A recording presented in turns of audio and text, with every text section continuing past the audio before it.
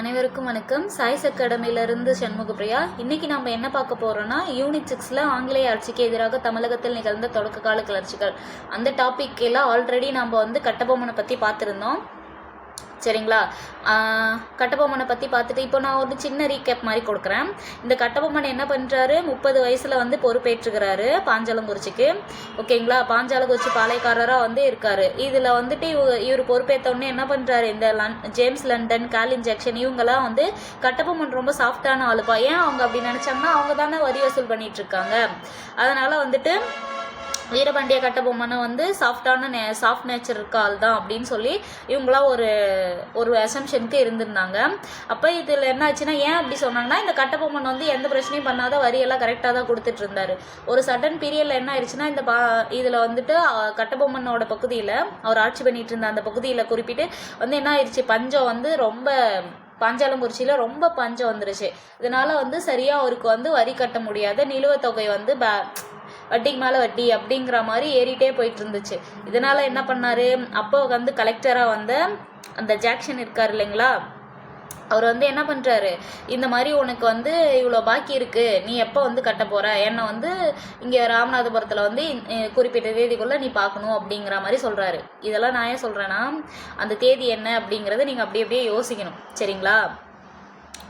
அவரும் என்ன பண்ணுறாரு, கட்டபொம்மனும் போகிறப்ப அந்த ஜாக்சனை பார்க்க விடாமல் அந்த ஜாக்சன் என்ன பண்ணுறாரு, நீ என்ன வர சொல்லிவிட்டு அவர் பாட்டுக்கு டூர் போயிட்டு இவர் போகிற இடம்லாம் கட்டபொம்மன் பின்னாடியே போகிறாரு. பின்னாடியே போயிட்டு இருந்தாலும் கூட அவர் என்ன பண்ணுறல, கண்டுக்கவே இல்லை. நான் உன்னை எங்கே பார்க்க சொன்னேன், ராமநாதபுரத்தில் தானே பார்க்க சொன்னேன், நீ அங்கே தான் என்னை பார்க்கணும் அப்படின்னு சொல்லிட்டாங்க.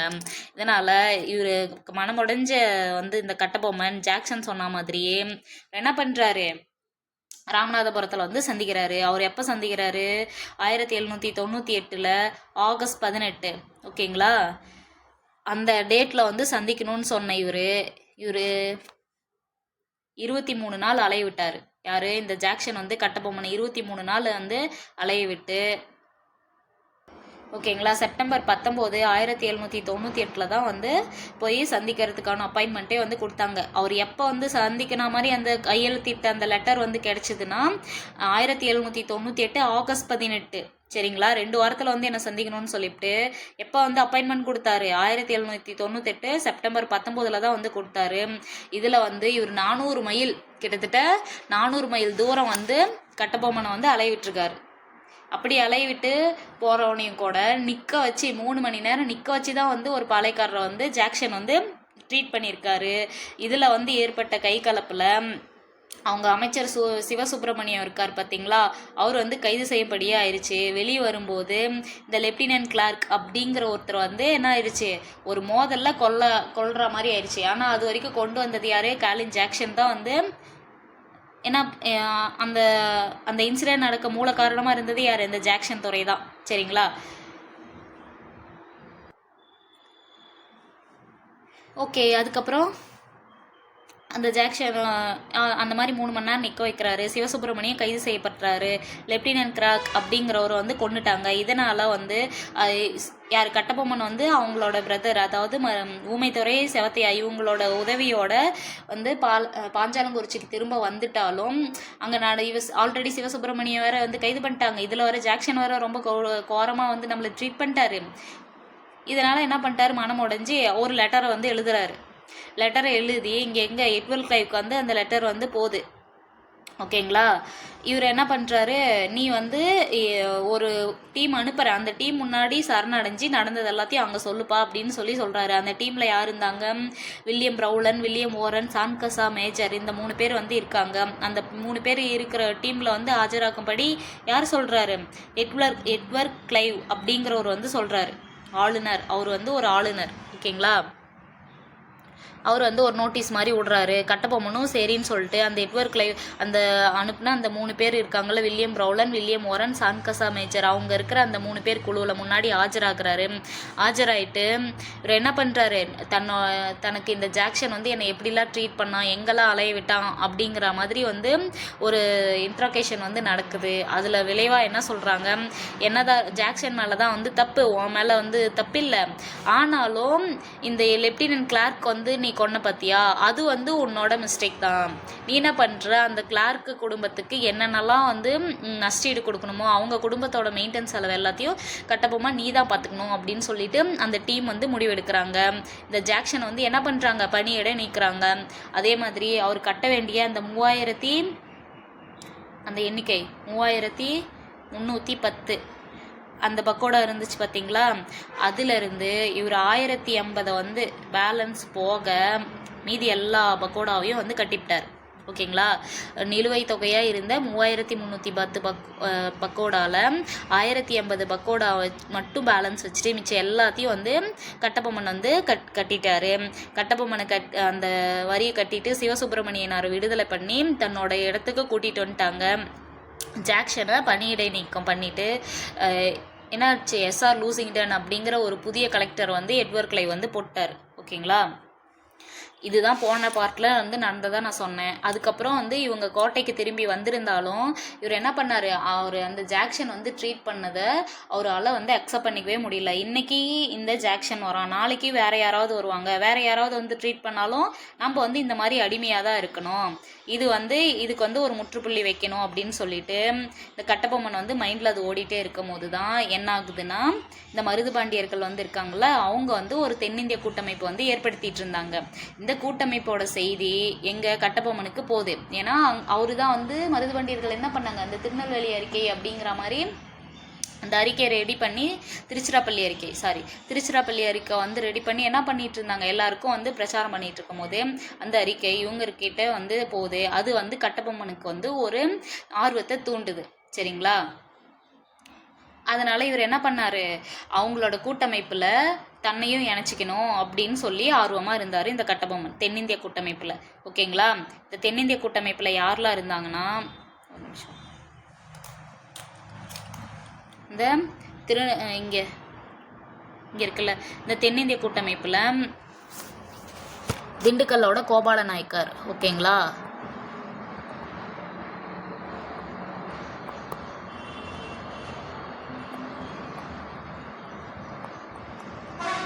திண்டுக்கல்லோட கோபால நாயக்கர், ஆனைமலையோட யத்துல் நாயக்கர். ஓகேங்களா.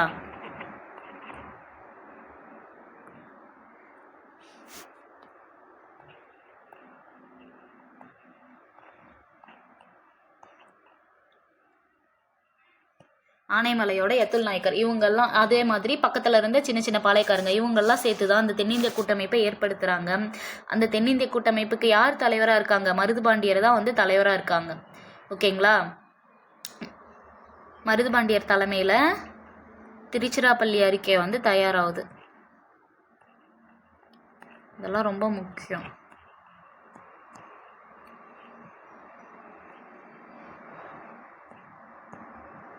திருச்சிராப்பள்ளி அறிக்கை, அதாவது திருச்சிராப்பள்ளி அறிக்கை வந்து தயாராகுது. இதில் வந்து கட்டபொம்மனும் வந்து போய் சேர்ந்துக்கணும் அப்படின்னு நினைக்கிறாங்க. இந்த கட்டபொம்மனும் இந்த மருதுபாண்டியர்கள் இருக்காங்க இல்லைங்களா, இவங்கள சந்திக்க விடாமல் யார் தடுக்கிறாங்க, ஒரு லூசிங்டன் புதிய கலெக்டராக வந்தார் இல்லைங்களா, அந்த லூசிங்டன் வந்து தடுக்க முயற்சிக்கிறாரு. ஆனாலும் இவங்க என்ன பண்ணுறாரு, மருது சகோதரர்களும் கட்டபொம்மனும் இணைஞ்சு ஆங்கிலேயர்களை வந்து எதுக்கணும் அப்படின்னு ஒரு முடிவு பண்ணுறாங்க. இவங்க போய் மீட் பண்ணிட்டாங்க, கட்டபொம்மனும் மருதுபாண்டியர்கள் அந்த கூட்டமைப்பெல்லாம் வந்து மீட் பண்ணி என்ன பண்ணுறாங்கன்னா, இந்த ஆங்கிலேயர்களை நம்ம எப்படியாச்சும் வந்து எதுக்கணும் அப்படின்னு சொல்லிட்டு இது பண்ணுறாங்க.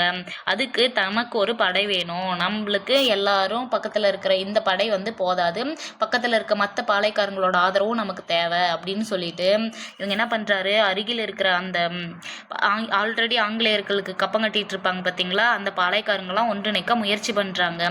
அப்படி முயற்சி பண்ணும் போது இந்த சிவகிரி பாளையக்காரர்கள் இருக்காங்கள்ல, அவங்க வந்து என்ன பண்ணுறாரு, இந்த சிவகிரி பாளையக்காரங்க இவங்க வந்து ஆங்கிலேயர்களுக்கு பயங்கர விசுவாசமாக இருக்காங்க. ஆனால் இவங்க கோட்டை வந்து எப்படின்னா ரொம்ப பலம் வாய்ந்தது. ஏன்னா இது வந்து என்னாச்சு, அந்த மேற்கு தொடர்ச்சி மலை இருக்கும் இல்லைங்களா, அந்த மலை அடிவாரத்தில் இதுதான் மேற்கு தொடர்ச்சி மலை. ஓகே, இங்கே வந்து மலை அடிவாரத்தில் வந்து சிவகிரி பாளையக்காரங்களோட இந்த கோட்டை இருந்ததுனால இந்த கோட்டை வந்து நம்ம சைடு இருந்தால் இந்த கோட்டையிலேருந்து ஈஸியாக நம்ம வந்து ஆங்கிலேயர்களை எதுக்கலாம் அப்படின்னு சொல்லிட்டு சொல்லும் போது இந்த சிவகிரி பாளையக்காரங்களை தன்னோட முயற்சியில் இணைக்கிறப்ப கட்டபொம்மன் வந்து பேச்சுவார்த்தை நடத்தும் போது இந்த சிவகிரி பாளையக்காரங்க நான் உங்க கூட இணைச்சிக்க மாட்டேன் அப்படின்னு வந்து சொல்கிறாங்க. ஏன் உன் கோட்டை இருக்குல்ல, நீ அங்கேருந்தே வந்து போர் தொலைச்சிக்கோப்பா அப்படின்னு சொல்கிறாங்க. ஆனால் பாஞ்சாலங்குறிச்சி எங்கே இருக்குது? பாஞ்சாலங்குறிச்சி கோட்டை வந்து ஒரு சமவெளி பகுதியில் வந்து இருக்குது. சமவெளி பகுதியில் இருந்து இருக்கும் போது எல்லா சைட்லேருந்தும் தாக்குதல் நடத்தலாம். அந்த மாதிரி தான் இருக்குது. எக்ஸாம்பிள் காட்டுறேன் பாருங்கள். தோ இதுதான் அப்பத்துலேருந்து இந்த பாஞ்சாலங்குறிச்சி கோட்டை சமமாக இருக்குல்ல, எந்த சைடில் இருந்தாலும் வந்துட்டு தாக்குற மாதிரி இருக்குது. ஆனால் சிவகிரி பாளையக்காரங்களோட கோட்டை என்ன பண்ணுது, இந்த மேற்கு தொடர்ச்சி மலை அடிவாரத்தில் வந்து இருக்கிறதுனால வந்து அங்கே வந்து சேஃபாக இருக்கும் அப்படின்னு சொல்லி தான் அவங்க கேட்டாங்க.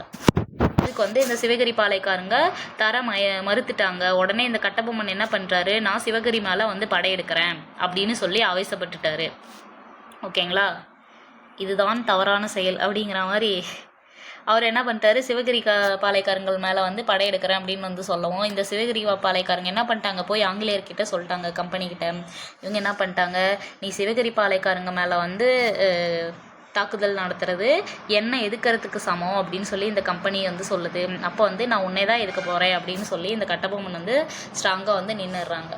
சரிங்களா, அப்போ வந்து மெட்ராஸோட இந்த சிவகிரி பாளையக்காரங்க கம்பெனிக்கு கரெக்டாக கப்பங்கட்டி வந்து கம்பெனியோட விசுவாசியாக இருக்கிறதுனால இந்த கம்பெனி என்ன பண்ணுது, இது தனக்கு விட்ட சவாலாகவே வந்து நினச்சிக்கிறாங்க.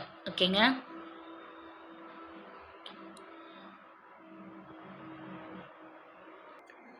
ஓகே. இந்த கம்பெனிக்காரங்க தனக்கு விட்ட சவாலாக வந்து கட்டபொம்மன் சிவகிரி பாளையக்காரங்களை படையெடுக்கிறது வந்து என்னது, இந்த கம்பெனி தனக்கு விட்ட சவாலாக பார்த்ததுனால என்ன பண்ணிட்டாங்க, அப்போ வந்து மெட்ராஸ் கவர்னராக இருந்த இந்த வெல்லஸ்லி பிரபு இருக்கார் இல்லைங்களா, சாரி, இந்த வெல்லஸ்லி பிரபு என்ன பண்ணிட்டாரு, திருச்சி, தஞ்சாவூர், அதுக்கப்புறம்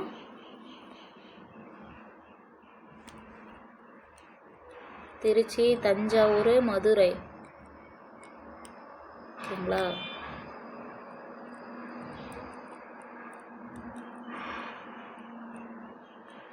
மதுரை இந்த இடத்தெல்லாம் நிற்க வச்ச படைகளில் என்ன பண்ணிட்டாரு, திருநெல்வேலி நோக்கி போக சொல்லிட்டாரு. ஏன் திருநெல்வேலி, அப்போ வந்து பாஞ்சாலங்குறிச்சி எங்கே இருந்தது, திருநெல்வேலியில் தான் இருந்தது. சரிங்களா, இப்போ எங்கே இருக்குது இந்த பாஞ்சாலங்குறிச்சி, தூத்துக்குடி மாவட்டத்தில் இருக்குது. தூத்துக்குடியில் ஒட்டப்பிராடம் அப்படிங்கிற ஒரு இடத்துல தான் வந்து இருக்குது. இப்போ என்ன பண்ணிட்டாரு இந்த வெல்லஸ்லி பிரபு, ஓகேங்களா, வெல்லஸ்லி பிரபு என்ன பண்ணிட்டாரு, தன்னோட படைகளை திருச்சி, தஞ்சாவூர், மதுரை இந்த இடத்துல இருந்த கம்பெனி படைகள்லாம் வந்து என்ன பண்ணிட்டாரு, பாஞ்சாலங்குறிச்சியை நோக்கி படையெடுத்து போகும்படியும் அந்த படைகளுக்கு யார் மேஜர் பானர்மேன் வந்து தலைமையில் போகணும் அப்படிங்கிற மாதிரி வந்து ஒரு அஃபிஷியல் அனௌன்ஸ்மெண்ட் வருது. அப்போ வந்து இவர் படையெல்லாம் திரட்டிக்கிட்டு இருக்கிற விஷயம் கட்டபொம்மனுக்கு வந்து போகுது. இந்த கட்டபொம்மனுக்கு இந்த நியூஸ் போனோடனே அவர் என்ன பண்ணுறாரு, இந்த லூசிங்டன் இருக்கார் பார்த்தீங்களா, அவருக்கு ஆல்ரெடி கட்டபொம்மனும் மருது சகோதரர்களும் என்ன பண்ணுறது பார்க்குறது பிடிக்கல.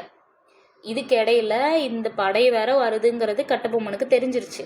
இப்போ என்ன பண்ணுறாரு கட்டபொம்மனோட ஒரு இது, சரி அவனுங்க நம்மளை நோக்கி வர ஆரம்பிச்சிட்டானுங்க, நம்ம என்ன பண்ணோம் அதுக்கேற்ற மாதிரி ஒரு படையை வந்து திரட்டணும் அப்படின்னு சொல்லிட்டு இந்த லூசிங்டன்னையும் அதே சமயத்தில் வந்து அவங்களோட ஆணவத்தையும் அடக்கணும் அப்படிங்கிற மாதிரி இவர் வந்து ஓப்பனாகவே கட்டபொம்மன் 1799 ஜூன், ஓகேங்களா, ஜூன் 1 ஓகே, ஜூன் 1 அன்னைக்கு கட்டபொம்மன் 500 ஆட்களோட சிவகங்கைக்கு போகிறாரு.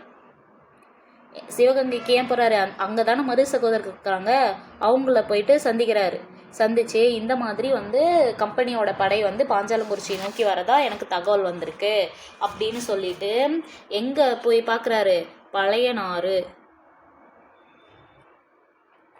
நல்லா இந்த பிளேஸ் எல்லாம் நல்லா நோட் பண்ணிக்கோங்கப்பா. பழையனாறு அப்படிங்கிற ஒரு இடத்துல மருது சகோதரர்களோட தீவிரமான வந்து ஒரு ஆலோசனை வந்து நடத்துகிறாரு. சிவகங்கையில்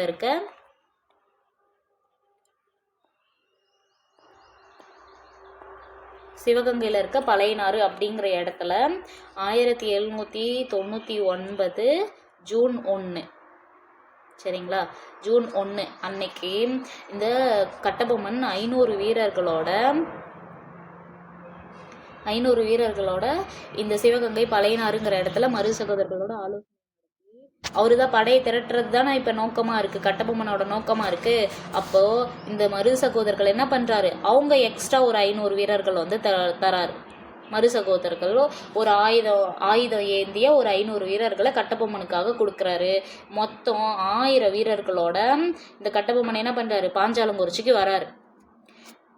தன்னோட படைகளையும் மருது பாண்டியர்கள் கொடுத்த வந்து அந்த படைகளையும் சேர்த்துக்கிட்டு பாஞ்சாலங்குறிச்சிக்கு வராரு. இந்த பாஞ்சாலங்குறிச்சிக்கு வரும்போது ஆல்ரெடி இந்த மேஜர் பானர்மேன் வந்து தன்னோட படைகளை திரட்டிக்கிட்டு கொஞ்சம் கொஞ்சமாக வந்து திருச்சிராப்பள்ளி, தஞ்சாவூர், மதுரை இந்த இடத்தெல்லாம் கொஞ்சம் கொஞ்சமாக அடைஞ்சி பாஞ்சாலங்குறிச்சி கோட்டை பகுதியில் வந்துட்டாரு. இந்த மேஜர் பானர்மேன் என்ன பண்ணுறாரு, பாளையங்கோட்டை பகுதியில் ஒரு கேம்ப் மாதிரி போடுறாரு. ஓகேங்களா. அது வந்து பாஞ்சாலங்குறிச்சிக்கு பக்கத்தில் தான், அப்போ இருக்க பாஞ்சாலங்குறிச்சிக்கு பக்கத்தில் தான் வந்து இருந்தது. அந்த பாளையங்கோட்டை பகுதியில் ஒரு கேம்ப் மாதிரி போட்டு என்ன பண்ணுறாரு, நீ வந்து சரணடைஞ்சிரு, எடுத்தோடனேலாம் வார் செய்யலை. இவர் என்ன பண்ணுறாரு, மேஜர் பானர்மேன் கட்டபொம்மனை பாளையங்கோட்டையில் வந்து நீ வந்து சரணடைஞ்சிரு அப்படின்னு சொல்லி எப்போ சொல்கிறாங்க, 1799 செப்டம்பர் 1 வந்து சொல்கிறாங்க. அப்போ வந்து இந்த கட்டபொம்மன் என்ன சொல்கிறாருன்னா, ஏன்னா இவங்க சரணடைய சொல்லி யார் அனுப்புகிறாங்க, ராமலிங்கரை தானே அனுப்புனாங்க. ராமலிங்கரை போய் வந்து சொல்கிறாரு, நீ வந்து பாளையங்கோட்டையில் வந்து சரணடைஞ்சிருப்பா அப்படின்னு சொல்லி சொல்லும் போது இந்த ராமலிங்கர்கிட்ட இந்த கட்டபொம்மன் என்ன சொல்கிறாருன்னா, நல்ல நாள் இப்போல்லாம் எனக்கு கொஞ்சம் டைம் இல்லை, நான் நல்ல நாள் பார்த்து வந்து பார்க்குறேன்பா அப்படின்னு சொல்லி கிண்டல் பண்ணி அமுச்சு விட்டுறாரு. இந்த ராமலிங்கர் என்ன பண்ணுறாரு, அந்த கோட்டை ரகசியங்களை ஃபுல்லாக வந்து கேதர் பண்ணிக்கிறாரு. சரிங்களா. கேதர் பண்ணிட்டு அதை கொண்டு போய் மேஜர் பானர்மேன் கிட்ட வந்து கொடுத்துட்றாரு.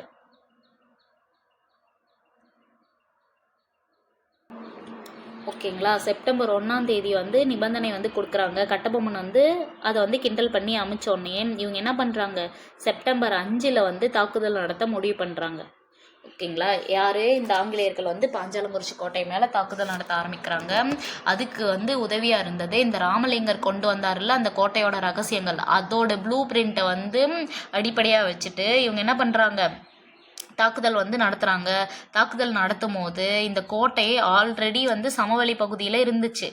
அது போக என்ன ஆயிடுச்சு, இந்த கோட்டை முழுவதும் வந்து மண்ணால் செய்யப்பட்ட கோட்டை. எப்படின்னா ஃபுல் அண்ட் ஃபுல் இப்போல்லாம் வந்து ஒரு சில வீடு, பழங்காலத்து வீடெல்லாம் கூட செம்மண் சார்ந்து பூசி தான் வந்து வீடு கட்டுவாங்க. அந்த மாதிரி தான் அப்பயும் வந்து இந்த கோட்டை ஃபுல்லாக என்ன இருக்குது, மண்ணால் வந்து செஞ்சு கட்டி வச்சுருக்காங்க. மண்ணாலான இந்த கோட்டை என்ன இருக்குது, இந்த 500 அடி நீளமும் 500 அடி நீளம், ஓகேங்களா, 300 அடி அகலம்,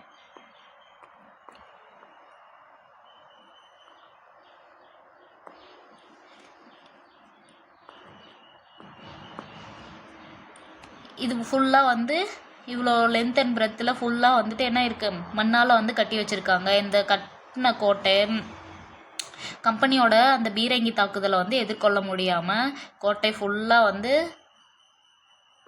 தரைமட்டமாயிருச்சு, இடித்து தரைமட்டமாயிருச்சு. அதனால் கட்டபொம்மனை பற்றி கண்டிப்பாக ஒரு கொஷின் இருக்குங்க. அதனால் கொஞ்சம் வந்து லேக்காக போனாலும் உன்னிப்பாக கேளுங்க. செப்டம்பர் 1 வந்து நிபந்தனை கொடுத்து செப்டம்பர் 5 வந்து தாக்குதல் நடத்துகிறாங்க. இவர் ராமலிங்கர் அப்படிங்கிற கொடுத்த ஒரு அந்த அறிக்கையின் பேரில் வந்துட்டு ஒரு அந்த ரகசியத்தெல்லாம் தயார் பண்ணி கொடுத்தாரு இல்லைங்களா, அதன் அடிப்படையில் வந்து கோட்டை மேலே தாக்குதல் நடத்துது. கோட்டை முழுவதும் என்ன இருக்குது வந்து ஃபுல்லாகவே வந்து தரைமட்டமாயிருச்சு.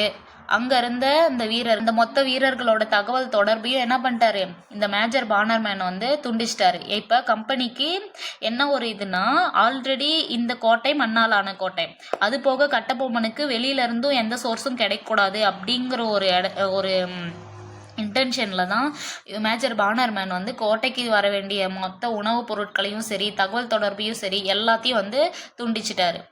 ஓகேங்களா. துண்டிக்கவும் கட்டபொம்மனால் வெளியில் வந்து ஹெல்ப் கேட்க முடியல.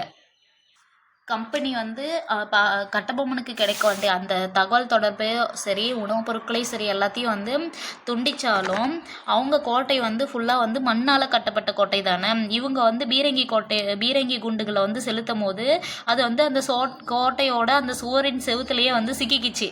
சரிங்களா. இதனால் கம்பெனிக்கு என்ன ஆயிடுச்சு, இன்னும் படைபலம் வந்து தேவைப்பட்டுச்சு. இதனால் செப்டம்பர் 16 அன்னைக்கு, ஓகேங்களா, செப்டம்பர் 16 அன்னைக்கு ஆங்கிலேயர்களுக்கு வந்து கூடுதல் படையாக வந்து வேணும் அப்படின்னு சொல்லிட்டு ஒரு நியூஸ் போகுது. அதன்படி பாளையங்கோட்டைக்கு இன்னும் வந்து கம்பெனியோட ஆளுங்கெல்லாம் வராங்க. வந்து இன்னும் வலுவான பீரங்கிங்களோட கொண்டு இந்த கோட்டை வந்து தரமட்டமாக்குறாங்க. இனிமேல் அந்த கோட்டை கட்டவே கூடாது அப்படின்னு சொல்லி இதுதான் ஆங்கிலேயர்கள் தரைமட்டமாக்குனா அந்த கோட்டை பகுதி எப்படி ஆக்கி வச்சுருக்கானுங்க பாருங்க. இது இன்னமும் மெமோரியலாக அப்படியே வந்து வச்சுருக்காங்க ஒரு நினைவாக. அரசாங்கம் வந்து இதோ இந்த பகுதியெல்லாம் அந்த எப்படி சிதைஞ்சிருந்ததோ அதை அப்படியே வந்து வச்சுருக்காங்க. இதே இப்போ புதுசாக கட்டின கோட்டை, கட்டபொம்மனோட நினைவாக கட்டின இந்த கோட்டை பாஞ்சாலங்குறிச்சி கோட்டை. சரிங்களா? ஓகே, கோட்டை இந்த மாதிரியெல்லாம் தரமட்டானோடனே இந்த சிவசுப்பிரமணியன் இருக்கார் பார்த்தீங்களா, இவர் வந்து கல்லர்பாடியில் எங்க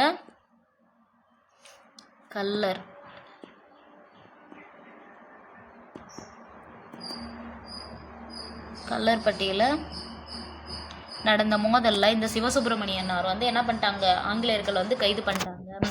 கைது பண்ணி சிறையில் அடைச்ச உடனேயே இவர் என்ன பண்ணிட்டாரு, ஆல்ரெடி கோட்டை தரமட்டமாயிருச்சு, வீரர்களும் பெருமளவு உயிர் சேதாயிருச்சு அப்படின்னு சொல்லிட்டு இந்த கட்டபொம்மன் என்ன பண்ணுறாரு, தப்பிச்சு போயிடுறாரு. எங்கள் புதுக்கோட்டைக்கு வந்து தப்பிச்சு போயிடுறாரு. சரிங்களா? புதுக்கோட்டைக்கு தப்பிச்சு போனோடனே அங்கே தான் வந்து துரோகி விஜய ரகுநாத தொண்டைமான் அப்படின்னு சொல்லிட்டு இருக்கார்ல, அவர் வந்து அடைக்கலம் கொடுக்குற மாதிரி கொடுத்து இந்த கட்டபொம்மனை ஆங்கிலேயர்கிட்ட பிடிச்சு கொடுத்துட்றாரு. ஓகேங்களா? இந்த புதுக்கோட்டை மன்னர் வந்து தொண்டைமான், விஜய ரகுநாத தொண்டைமான் இருக்கார் பார்த்தீங்களா, அவர் வந்து கம்பெனி கொடுத்த வெகுமதிக்காக ஆசைப்பட்டு இந்த கட்டபொம்மனுக்கு வந்து துரோகம் பண்ணி கட்டபொம்மன் என்ன பண்ணிட்டாரு, இந்த கம்பெனிக்கிட்ட காட்டி கொடுத்துட்டாரு. இதனால் இந்த கட்டபொம்மனை கைது பண்ணி இந்த 1799 அக்டோபர் 16 அன்னைக்கு கயத்தாறு அப்படிங்கிற ஒரு இடத்துல ஒரு பழைய கோட்டைக்கு முன்னாடி ஒரு மேஜர் பானர்மேனோரும் ஒரு விசாரணை கமிஷனை வைக்கிறாரு. அந்த விசாரணை கமிஷன் மொத்தமும் எப்படி இருக்குன்னா ஒரு கேலி கூத்தாக தான் இருக்குது. ஓகேங்களா? கேலி கூத்தாக இருக்கவும் கிண்டல் பண்ணாலும் அந்த கட்டபொம்மன் வந்து மனசு தளராமல் என்ன பண்ணார், தன் மேலே வச்சு இந்த எல்லா குற்றச்சாட்டையும் ஒத்துக்கிட்டாரு. ஒத்துக்கிட்ட உடனேயே இவர் 1799 அக்டோபர் 16 கயத்தாறு அப்படிங்கிற இடத்துல ஒரு புளிய மரம் இருக்கும். அந்த புளிய மரத்தில் வந்து கட்டபொம்மனை தூக்கில் போட்டாங்க. சரிங்களா? இந்த சிவசுப்பிரமணியனார் இருக்கார் பார்த்தீங்களா, கட்டபொம்மனுக்கு முன்னாடியே இந்த சிவசுப்பிரமணியனாரை தன்னோட கேம்பில், அதாவது பாளையங்கோட்டைங்கிற இடத்துல தானே கேம்ப் போட்டு வச்சுருந்தானுங்க. அந்த கேம்பில் 8 நாள் வச்சுருந்து 8 நாளையும் சிவசுப்பிரமணியனார் வந்து அவமரியாதை பண்ணி அதுவும் எப்படி மற்ற பாளையக்காரங்க முன்னாடியே. ஏன் அதை பண்ணாங்கன்னா, இனிமேல் எந்த பாளையக்காரங்களுக்கும் இந்த தைரியம் வரக்கூடாது அப்படிங்கிறதுனால என்ன பண்ணிட்டாங்க, இந்த சிவசுப்பிரமணியனாரை செப்டம்பர் 13 அன்னைக்கு நாகலாபுரம் அப்படிங்கிற ஒரு இடத்துல வந்து என்ன பண்ணிட்டாங்க, தூக்கில் போட்டாங்க. சரிங்களா? அப்போ கட்டபொம்மனை தூக்கில் போட்டது 1799 அக்டோபர் 16, சிவசுப்பிரமணியனாரை வந்து தூக்கில் போட்டது 1799 செப்டம்பர் 13. சரிங்களா? அது எங்கே, நாகலாபுரம். இது வந்து கயத்தாறில் ஒரு பழைய கோட்டைக்கு முன்னாடி வந்து தூக்கில் போட்டாங்க. அது போக இவங்களோட சகோதரர்களாக இருக்காங்க பார்த்தீங்களா, ஊமைத்துறை, செவத்தையா, இவங்களை எல்லாத்தையும் வந்து சிறையில் அடைச்சிட்டாங்க. சரிங்களா? இதோட வந்து கட்டபொம்மனோட ஒரு வரலாறு, வீரமிக்க வரலாறு வந்து முடியுது. ஓகேங்களா? புரிஞ்சிருக்கும்னு நான் நம்புகிறேன். ஏதாவது டவுட் இருந்தால் உங்களுக்கு வந்து கமெண்ட் பண்ணுங்கள். அடுத்து இந்த ஊமைத்துறை, செவத்தையா இருக்கார் பார்த்தீங்களா, இவங்க எப்படி வந்து தப்பிச்சாங்க, இவங்க தப்பிச்சு அதுக்கு வந்து மறு சகோதரர்கள் என்ன பண்ணாங்க அப்படிங்கிறத அடுத்தடுத்த பார்ட்டில் நான் வந்து சொல்கிறேன். ஓகேங்களா? தேங்க்யூ.